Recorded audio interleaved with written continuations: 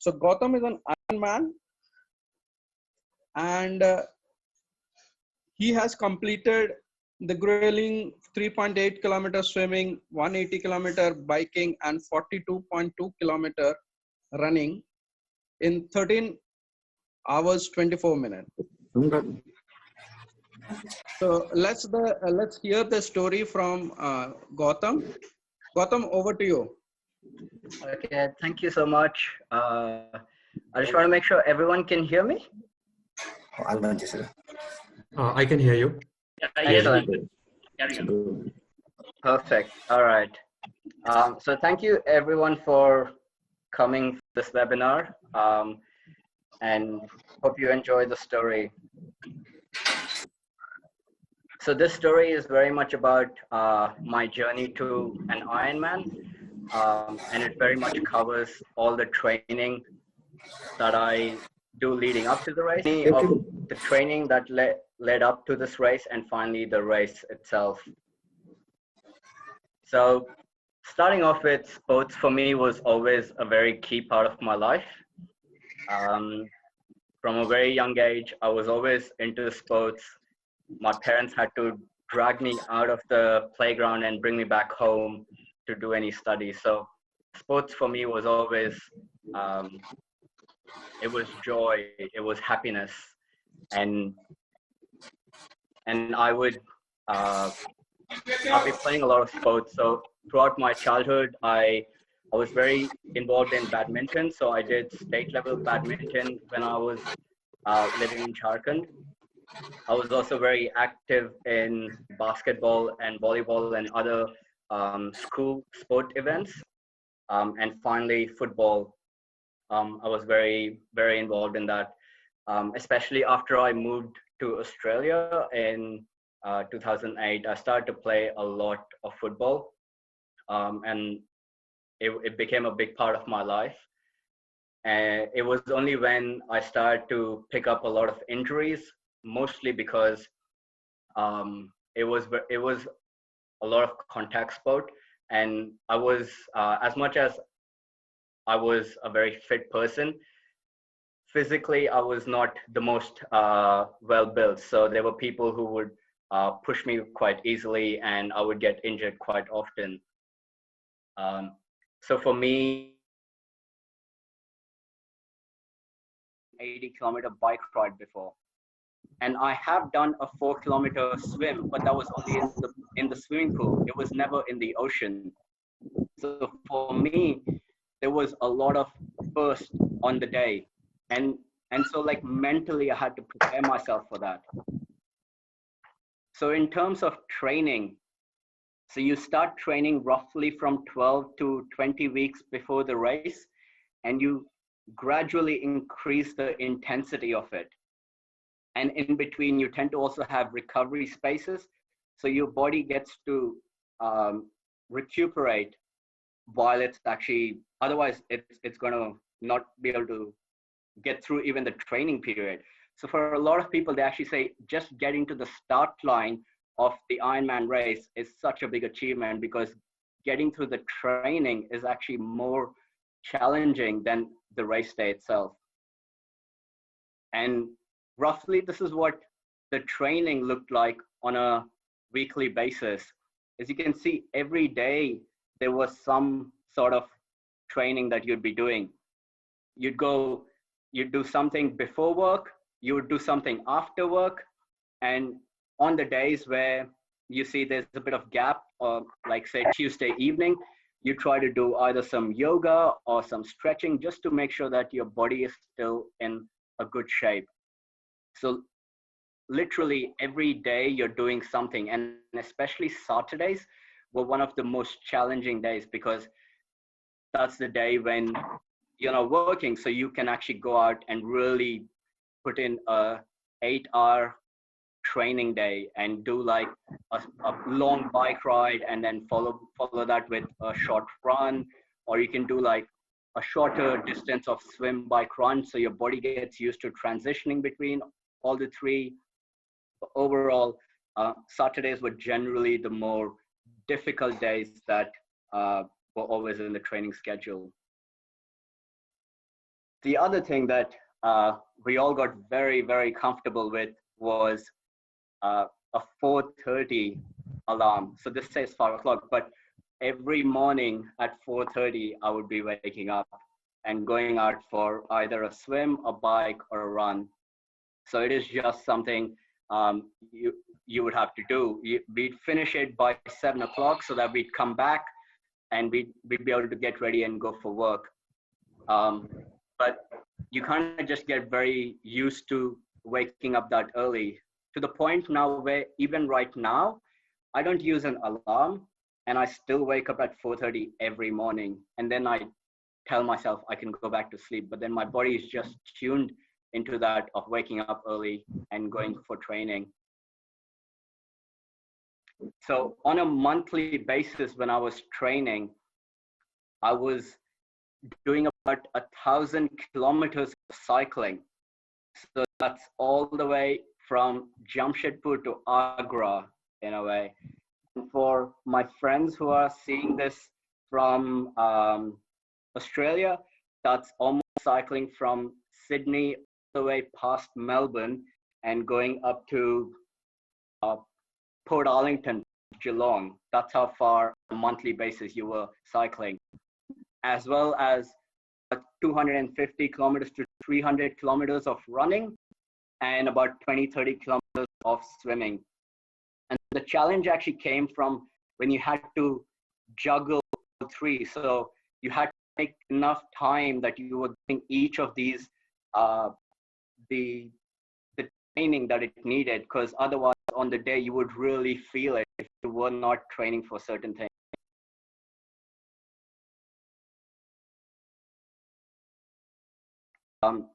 So coming down to the Ironman distances now. So as I said, the Ironman is 3.8 kilometers, 180 kilometer bike, and a 40.2 kilometer run.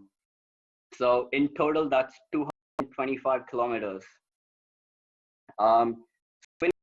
When you get to the race, there are various things that you need to take into consideration.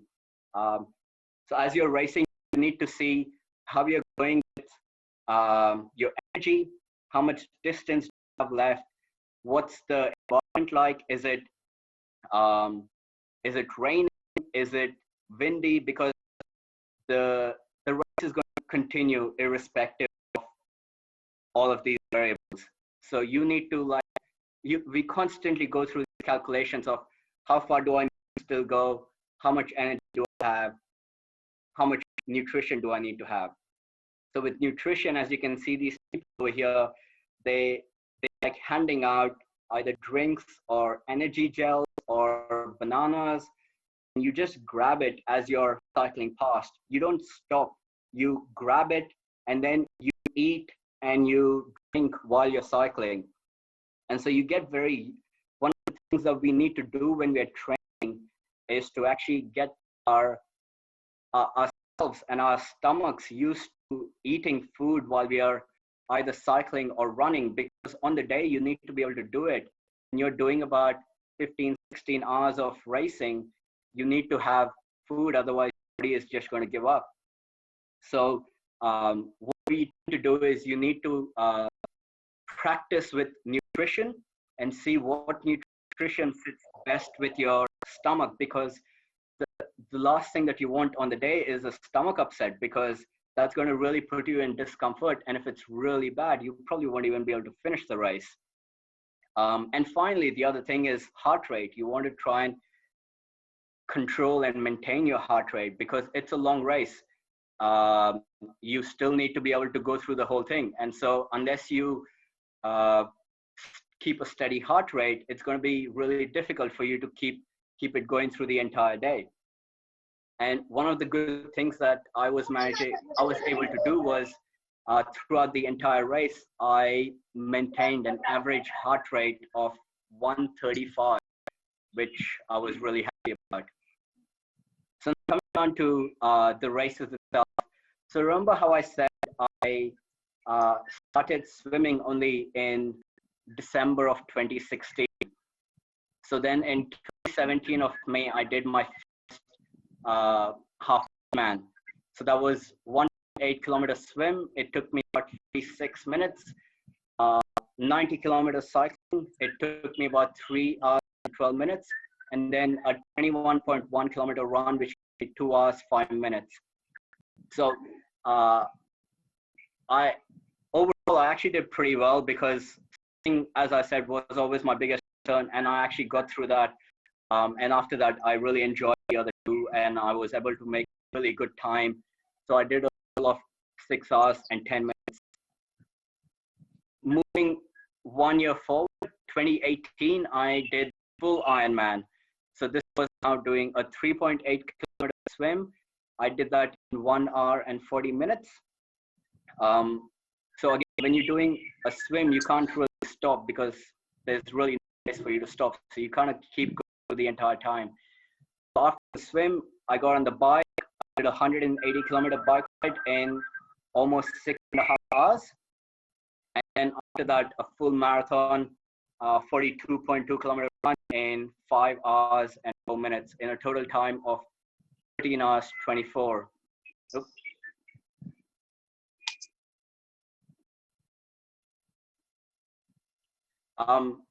So finally, at about 9:30 in the night. So I started the race at 8 in the morning, and at about 9:30 in the night, I finally arrived at the finish line, called an Ironman. So it was a really long day, but my injury kind of held itself. I felt it. For the first 20 kilometers, I was fine. In the last 20 kilometers of the run, my injury really flared up, but I knew that I could push. I just took time, and it took me a bit longer. It took me 5 hours and 4 minutes to do that marathon. I was aiming more for 4 hours and 15, but considering the situation, I was pretty happy that 5 hours I got it over the line, especially after a 3.8 kilometer swim and a 180 kilometer bike ride. So in terms of the distance, as I said, it was 225 kilometers in total. So if you're looking at that from Jamshedpur to Kolkata, and for those people who are here in Australia, if you know the distance from Sydney to Canberra, it's only 6 kilometers longer. It's 289 kilometers, Sydney to Canberra. Jamshedpur to Kolkata is 283. So you see where this red flag is? It would have taken me that fast. So I didn't yet reach Kolkata, but reached close enough. So I compare against the pros. So the pros did the same distance. The males did the whole thing in 8 hours, 15 minutes, and the females in 9 hours, 5 minutes. So that's at least 4 hours quicker than me. So there's still a long way for me to become a pro. So where did I go from there?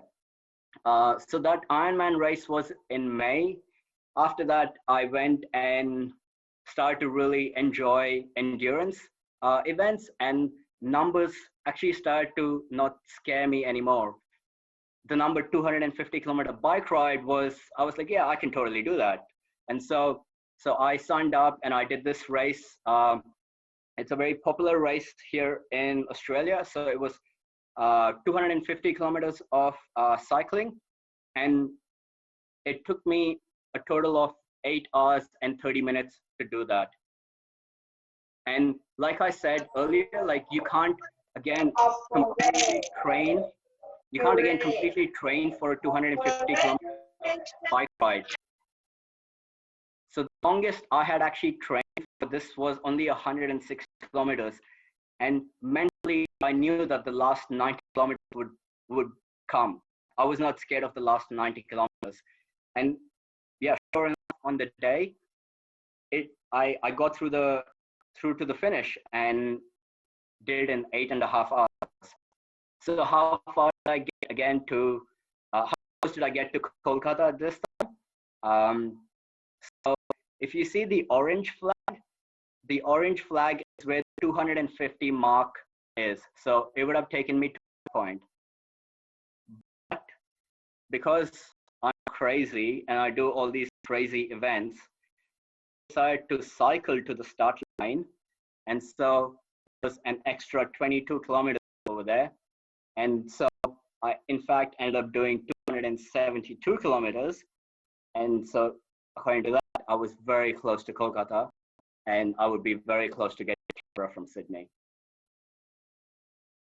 So after that, I could see my bike was actually getting really strong. So then a few friends and myself, we decided to create a team and do the Western Sydney half Ironman, where each person would do a different leg. So one of my friend did the swim, I did the bike, and another friend did the run. And our goal was to just go as hard as we can and as quick as we could. And I did the bike. The half Ironman bike is 90 kilometers, and it took me 2.5 hours to do that. So if you're looking at in terms of average, I was averaging 36 kilometers for that 90 kilometer duration. So I was able to cover that 90 kilometers in 2.5 hours time.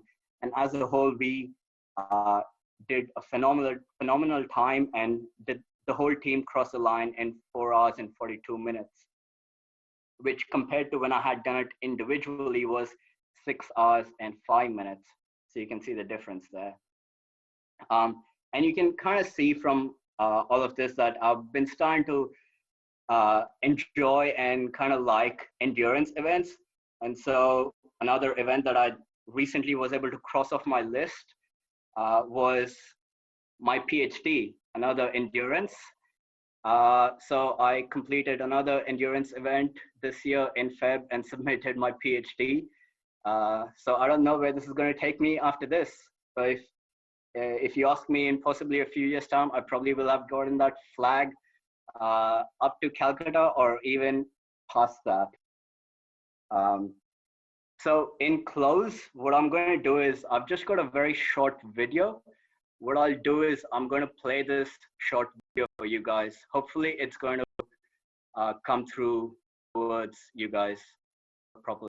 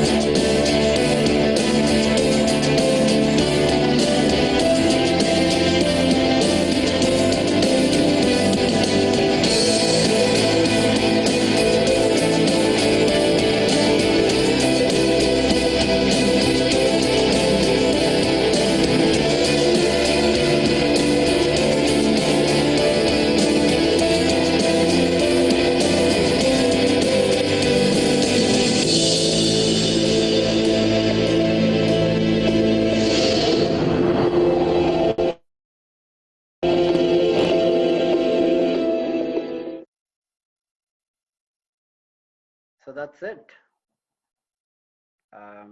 Thank you everyone for listening to my presentation. I hope you guys were able to hear everything and the audio was coming through clearly. I feel like some have been having some issues. I hope most of it you guys were able to get. Thanks, God. So with the transition from swimming to cycling, you just change you wear your helmet and shoes. Is that it? Yes. So all you do is you put on your helmet, you put on your shoes, you pick up your bike, and you go. So you don't get a chance to dry yourself up? No. Okay. So what you do is we tend to have we have this tri suit, which is a racing suit made specifically for triathlon, and you wear the same throughout the race, and it's a very quick drying suit. All right. And it's actually also very, very comfortable because you're spending a lot of days in the same suit, and so it kind of takes a sweat away from your body, and it breathes very well. So it makes a huge difference when you wear one of those. Good. All good. Thank you. No problem. Good. How are you going? Great. Just a basic question. Are athletes allowed to use iPads or even life jackets while swimming? Are they allowed to use GPS systems and all? No. So definitely no life jackets. What's allowed is a wetsuit, and a wetsuit gives you some buoyancy. So if if you're not swimming and you just are kind of just put your arms out without doing anything, the wetsuit will keep you buoyant. You won't sink. Okay. But it's more only it's for colder water temperatures.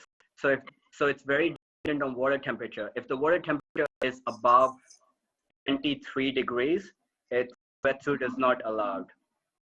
So it's only when the water is colder wetsuit is allowed, because people can actually get hypothermia from it.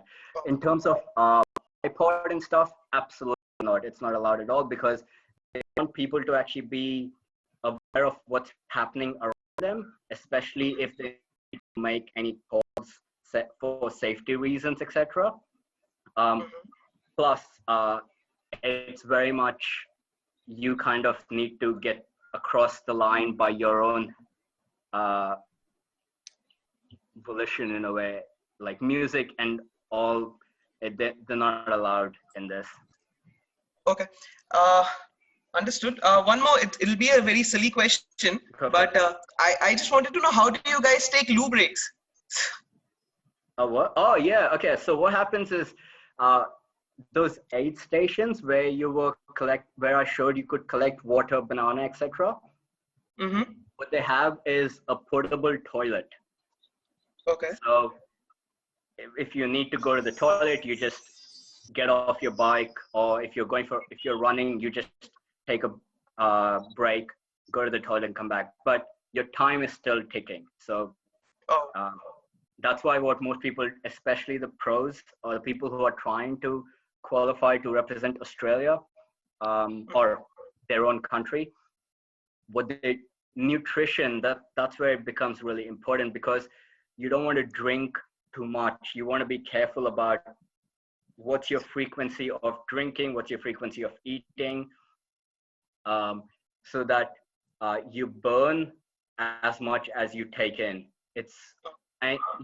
Most people will tend to go to the toilet once or twice, but if you are going more than that, it's mostly to do with nutrition that wasn't planned properly. But this is where it gets challenging as well, because like when I was saying that it's hard to actually train for a race because you don't do that distance in training, in the same respect, it's hard to actually mentally know what to expect for nutrition and everything else. So a lot of it, you experiencing it on the day for the first time. And so this is also where the mental side comes in, where you kind of need to tell yourself that if there are any setbacks, I will somehow get through this. Like, just take a short break if you need to, or walk for a while, or any of those things. Yeah, she was saying for asthmatic patients, can you tell us something about the breathing? Actually, I originally had a slide on that in the beginning. I removed it. So I used to have severe asthma as a child. So that was also definitely another layer. Sports was very key for me in a way to build my lung capacity, because I used to really struggle to breathe. And I understand the other people who actually have asthma, like how challenging that can be. So for me, as I was slowly building up my endurance, my body was getting used to that load, to the point now where right now I've actually stopped using an inhaler, and I've not been using an inhaler for over 15, almost 12 years. And I will say this, like, I have not needed to use an inhaler. So it's not like I just put it away. Like, I've just through sports and through slowly building up my just my lung capacity through sports, I've just been able to get off the need to use the inhaler. So that definitely played a role, because otherwise it would be a lot more challenging as well. The other thing on that asthma thing, I do find that the climate makes a big difference for me, especially because if I go into a colder climate zone, then I would tend to feel asthma for like the first 2 weeks or 3 weeks. So I need to keep training at a lower intensity while I just get used to this new climate zone. And then I'm fine after that. So that's an important factor that I need to take into consideration when I go and race in different parts and where they have different climate zones. So I saw another comment that was talking about talking about the love for sports for people who are not exactly fully sports people. For me, sports has not always, or actually it's really, even to this date, has not really been about fitness. Fitness has been a great byproduct for me, because all of this has made me very fit, and I actually know how far I can actually push myself, but that was never the goal for me. Sports has always been about the community, and that's why I was always into team sports like football or basketball or any of those things where I was always with teams. So coming into an individual sport felt difficult in the beginning because I was missing that social aspect.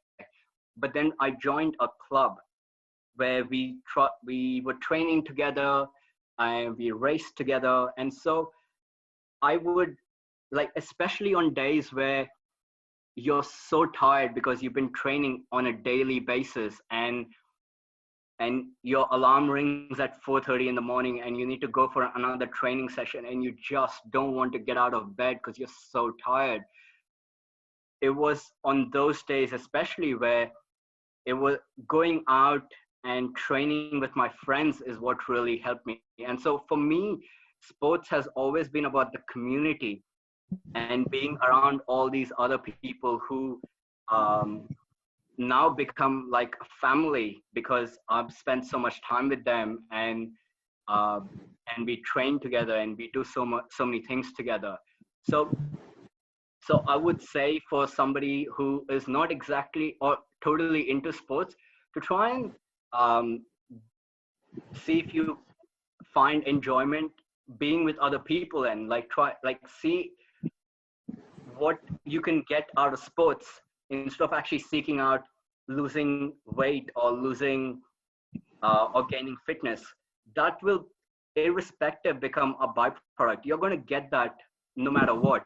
But if you put that as your sole focus, then it can be quite challenging, because when you sometimes see your weight and if it's not there at what you want it to be, then you get really hard on yourself.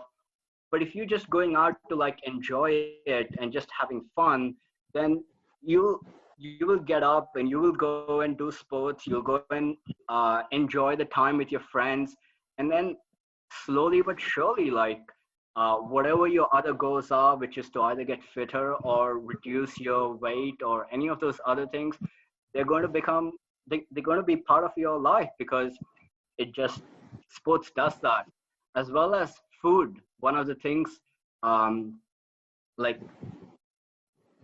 by default, when you actually start doing more sports, you start to feel like you need to eat better as well, so that it actually complements your sports. And so like, I think it has an overall impact on your life. And one of the best advice that I actually got told when I started triathlon was that triathlon is actually not a sport.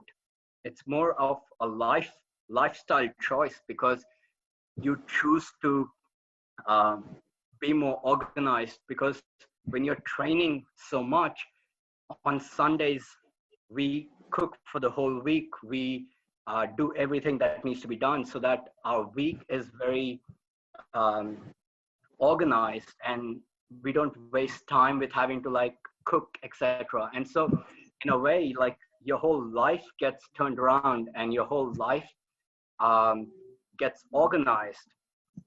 It, just using sports in a different lens. I've unmuted you, Vinay.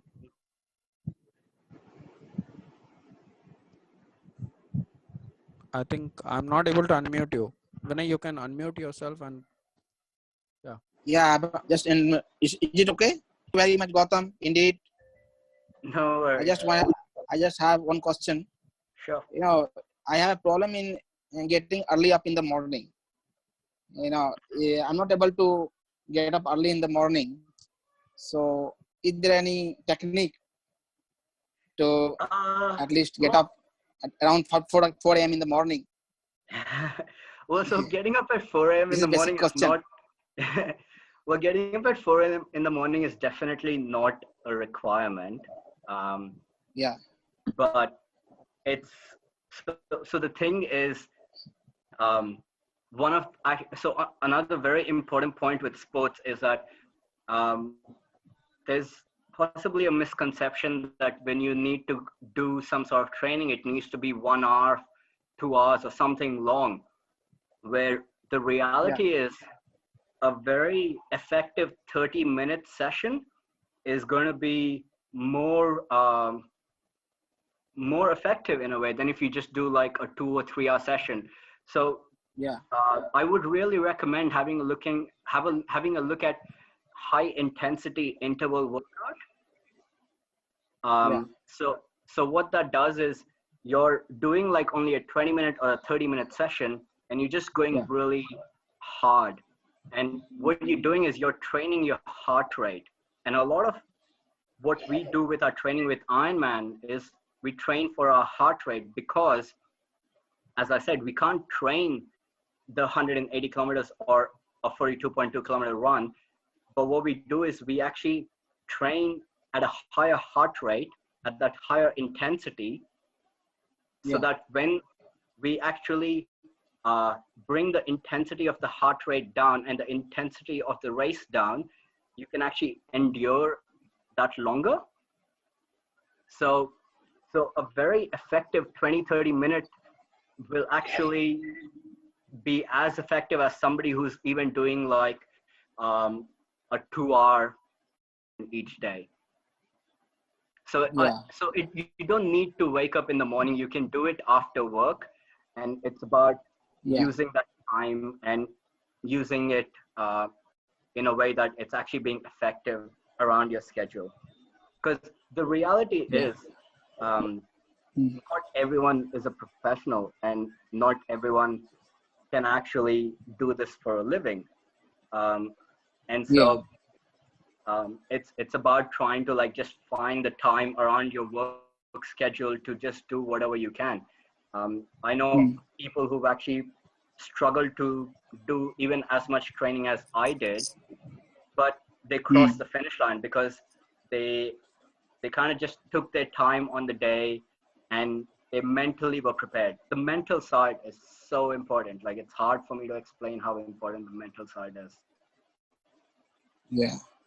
Thank you very What would you say on some good ways of solving the problem of overtraining and fatigue while training? I am new to sports and I have a tendency of overtraining. I mean, the best thing that I can say is you should train to your body. And if you're like, so one of the things that before I started doing this, because now when I was obviously training for this, I was training every day of the week. But leading up to this, obviously I wasn't doing that every time. I would do 3 days of training and then taking 1 day to let my body recover.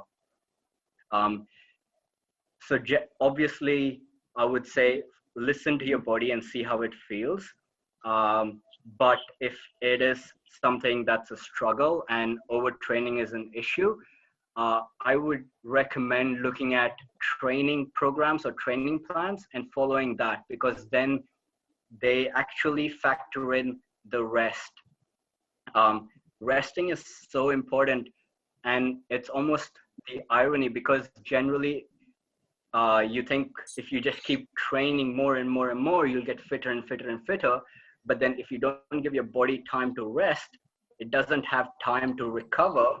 And so then you actually end up going the other way, where you're actually going backwards. So absolutely, I agree with you that overtraining is not a good thing. And I would suggest creating a program, or finding a program, or joining a program from a gym and sticking to that. To ask you, from your experience, what would you say are some good ways to help recovery and to cope with muscle soreness and all of that? Definitely a massage. Okay. For sure. So when I was training, I was getting, and like by massage I mean a deep tissue, like a sports massage. Okay. So I was getting it almost every 3 weeks or so, because Okay. It's the only way for like the muscles to release some of the tension that has been building up through the training. If you don't have any massage places close by, I would recommend a foam roller. Okay. So using foam roller, you can quite easily find videos on YouTube that will give you like the routine to follow. So you can follow the YouTube videos and just you release the tension in the muscles. Water. Okay. Okay. Because water is like so essential. Like a lot of the reason why cramps happen is because the muscles are dehydrated, and so they tear. But if you drink water, I don't tend to get that many cramps. I drink, like I for my training, when I was training a lot, I would drink like about 4 or 5 liters a day. But also I don't drink coffee, so I would only drink water. And the other thing is, when you drink coffee, it actually dehydrates you. So then you kind of need to drink more water in a way. Otherwise, your muscles are actually being dehydrated, and that actually leads to more tears and more cramps. Okay. In terms of diet, I hear that obviously protein is a big part of, muscle recovery as well, because they aid in building muscles. So as a vegetarian, I just wanted to ask you, like, what kind of foods would you suggest, like natural whole foods with a lot of protein in it? Absolutely, yeah. There's a lot of legumes and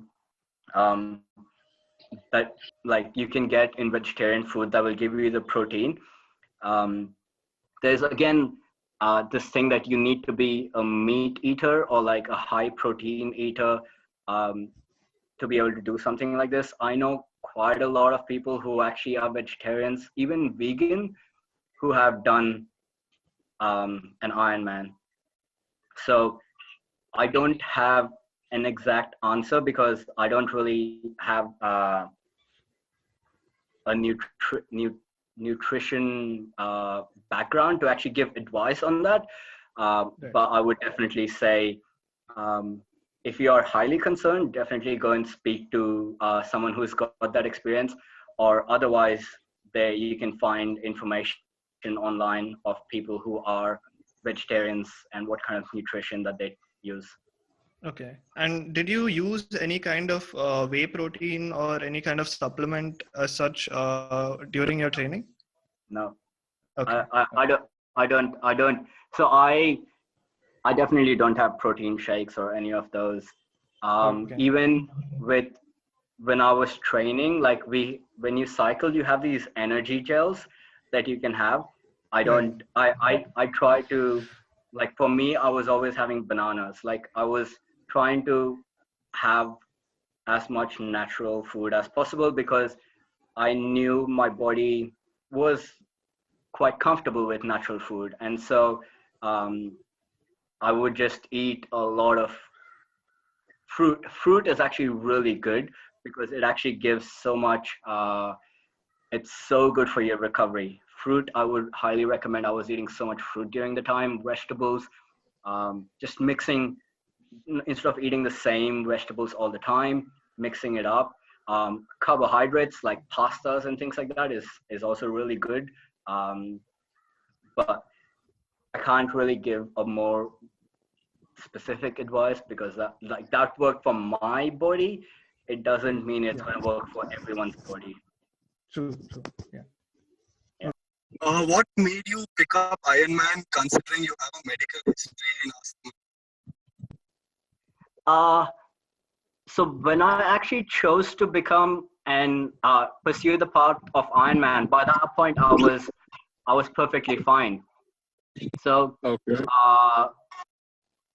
when I had chosen to do this race and pursue this path, I was not using the inhaler for already some 7-8 years by that point. So in terms of my asthmatic condition, I was completely recovered by that point. And so I was in a good place. And also I did, my mom